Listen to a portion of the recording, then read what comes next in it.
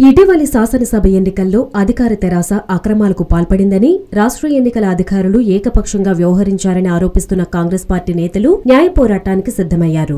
తమపై గెలుపొందిన తెరాస అభ్యర్థుల ఎన్నికను సవాల్ చేస్తూ 12 మంది కాంగ్రెస్ అభ్యర్థులు, ఒక తెలుగుదేశం అభ్యర్థి హైకోర్టును ఆశ్రయించారు.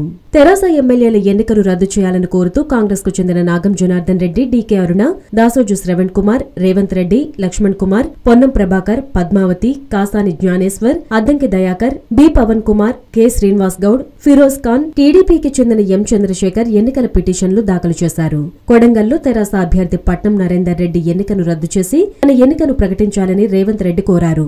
నరేందర్ రెడ్డి బావుమర్దికి చెందిన కోస్గిలోని ఫామ్ హౌస్ లో 51 లక్షలను ఐటీ అధికారులు స్వాధీనం చేసుకున్నారని తెలిపారు. సుమారు 1,20,00,000 ఎన్నికల్లో పంపిణీ చేసినట్లు ఐటీ అధికారులు ఎన్నికల అధికారులకు నివేదిక పంపారని చెప్పారు. ఎన్నికల్లో 6.5 కోట్ల పంపిణీకి సంబంధించిన డైరీ లభించిందన్నారు. నరేందర్ రెడ్డి ఎన్నికల్లో అక్రమాలకు, చట్ట వ్యతిరేక కార్యక్రమాలకు పాల్పడ్డారన్నారు. ధర్మపురి నియోజకవర్గం నుంచి తెరాస అభ్యర్థిగా గెలుపొందిన కొప్పుల ఈశ్వర్ ఎన్నిక చెల్లదని ప్రకటించాలంటూ అడ్లూరు లక్ష్మణ్ కుమార్ ఎన్నికల పిటిషన్ దాఖలు చేశారు.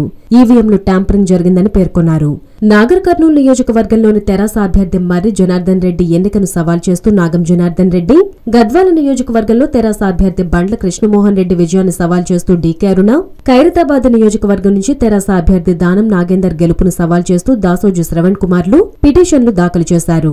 సికింద్రాబాద్ లో విజయం సాధించిన తెరాస అభ్యర్థి పద్మారావు గౌడ్ పై కాసాని జ్ఞానేశ్వర్, తుంగతుర్తిలో గెలుపొందిన గ్యాదర్ కిషోర్ కుమార్ పై పోటీ చేసి ఓడిన అద్దంకి దయాకర్, కరీంనగర్ తెరాస అభ్యర్థి గంగుల కమలాకర్ పై ఓటమి పాలైన పొన్నం ప్రభాకర్, దేవరకద్ర నియోజకవర్గంలో గెలుపొందిన ఆలి వెంకటేశ్వర రెడ్డిపై పవన్ కుమార్ రెడ్డి, పటాన్చెరు ఎమ్మెల్యే జి మహిపాల్ రెడ్డిపై కె శ్రీనివాస్ గౌడ్లు పిటిషన్లు దాఖలు చేశారు. నాంపల్లిలో గెలుపొందిన ఎంఐఎం అభ్యర్థి జాఫర్ హుస్సేన్ పై కాంగ్రెస్ అభ్యర్థి ఫిరోజ్ ఖాన్, మహబూబ్ నగర్ లో తెరాస అభ్యర్థి వి శ్రీనివాస్ గౌడ్ ఎన్నికను సవాల్ చేస్తూ టీడీపీ అభ్యర్థి ఏ శేఖర్ పిటిషన్లు వేశారు.